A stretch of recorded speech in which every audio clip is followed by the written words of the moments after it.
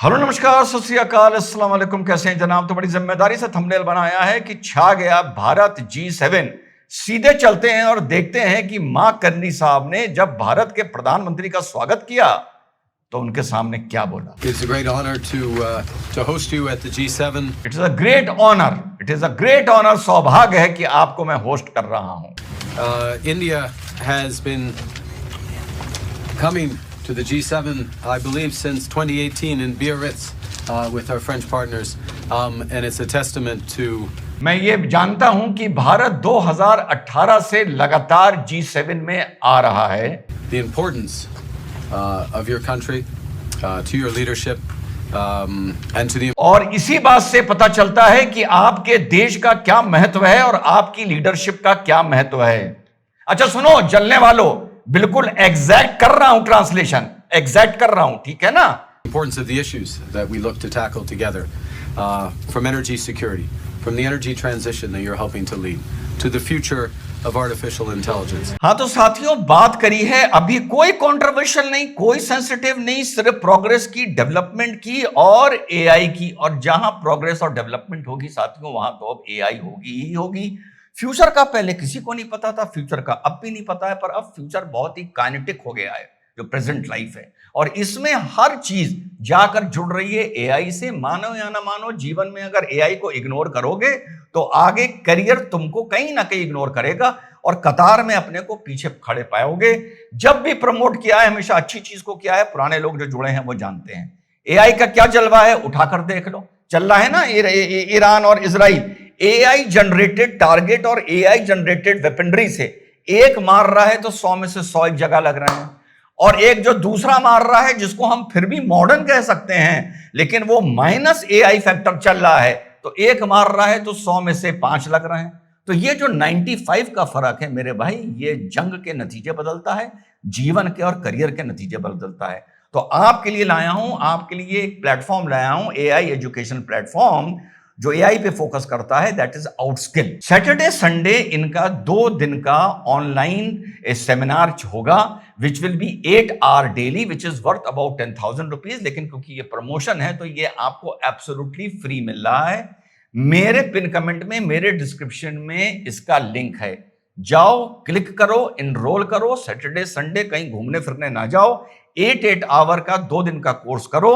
20 AI tools के बारे में बताया जाएगा, डेटा एनालिसिस विदाउट कोडिंग बताया जाएगा, प्रॉम्प्ट इंजीनियरिंग के बारे में बताया जाएगा, एआई जनरेटेड एप्स के बारे में बताया जाएगा, उसके बाद एआई जनरेटेड फोटोग्राफ्स, वीडियोस वगैरह वगैरह।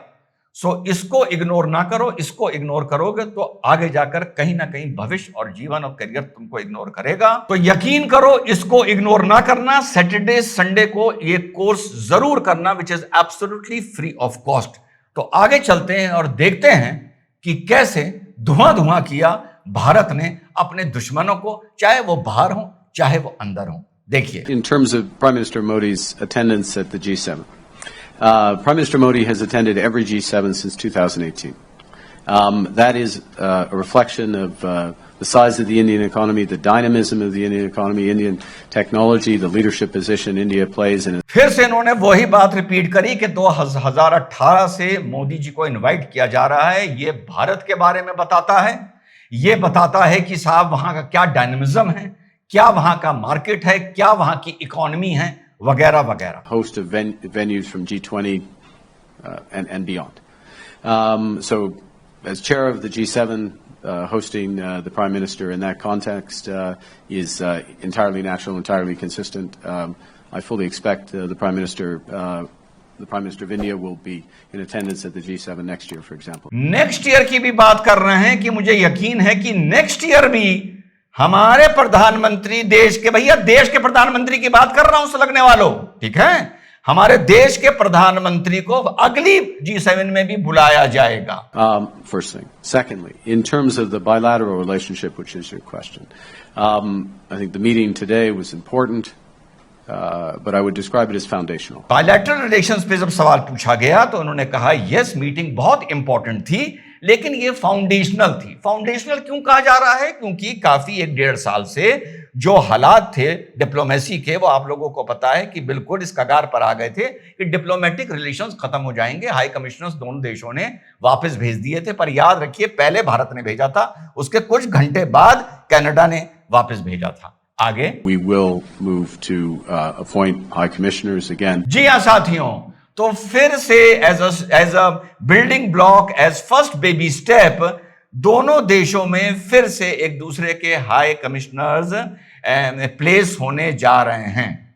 तो साहब ये बहुत बड़ी खबर है, कोई ये नहीं कि वहां पर गए और टहले और फोटो अपॉर्चुनिटी हुई और वहां पर टहल के वापस आ गए। तो बिल्कुल अब आगे का फ्यूचर कनाडा और भारत को लेके बिल्कुल क्लियर है।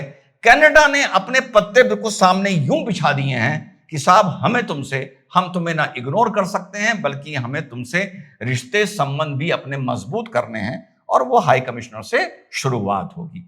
फिर प्रेस कॉन्फ्रेंस में एक डायरेक्ट सवाल पूछा गया निज्जर पर, सुनिए क्या जवाब आया। In your meeting with Prime Minister Modi, I wanted to ask you, what did you say to him about the murder of Canadian Sikh activist Hardeep Singh Nijjar? सीधा सवाल था कि जब आपकी मुलाकात प्रधानमंत्री नरेंद्र मोदी जी से हुई, तो जो सिख एक्टिविस्ट का यहां पर नाम लिया गया, निज्जर, जिसका मर्डर हुआ था, उसके बारे में आपकी क्या बात हुई? अभी तक आप देख रहे हैं कि मां कैनेडी की तरफ से यह बात नहीं छेड़ी जा रही थी। सुनिए। We have had a discussion, the Prime Minister and I, about the importance of having the law enforcement to law enforcement dialogue, which is not just dialogue, cooperation directly. अभी भी मां कैनेडी साहब सीधा जवाब नहीं दे रहे हैं, कह रहे हैं यस हमारी लॉ एनफोर्समेंट को लेके वगैरह वगैरह ये बात हुई है। ये तरीका होता है किसी चीज को इग्नोर करने का, अवॉइड करने का। The importance of addressing transnational repression, as I noted, including when we met, and obviously there is a judicial process that's underway, and I need to be careful about further commentary. कहा अभी judicial process चल रहा है, and I need to be careful about it. और जो भी इस direct सवाल का जवाब दिया, उन्होंने वो होलिस्टिक दिया कि यस हमारी जो भी, जैसे अभी इन्होंने टेरर और काउंटर टेरर पे साइन किया है, लॉ एंड ऑर्डर पे वगैरह वगैरह पे, लेकिन सीधे जवाब नहीं दिया और कह दिया कि अभी मैं इस पर नहीं बोल सकता। तो भारत के लिए ये सिर्फ वो नहीं था कि एक फोटो अपॉर्चुनिटी के साथ इतने देश आ रहे हैं, तो भारत के भी प्राइम मिनिस्टर पहुंच गए। जब भी हमारा प्राइम मिनिस्टर बाहर जाता है, मैं ये देखता हूं कि वहां से वो क्या लेकर आए। फोटो अपॉर्चुनिटी ऑन ऑल पे मैं ज्यादा बिलीव नहीं करता हूं। बहुत बड़ी डिप्लोमेटिक कामयाबी है भारत के एक्सटर्नल अफेयर्स मिनिस्टर साहब की, भारत की एक्सटर्नल डिप्लोमेसी की, और भारत के प्रधानमंत्री माननीय आदरणीय नरेंद्र मोदी जी की।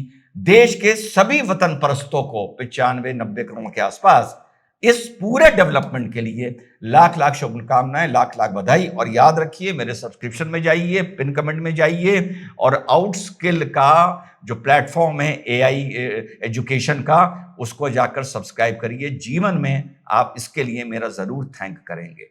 2 दिन का कोर्स है, Saturday and Sunday, 8 hours daily, free of cost. जय हिंद, वंदे मातरम, खुदा हाफिज।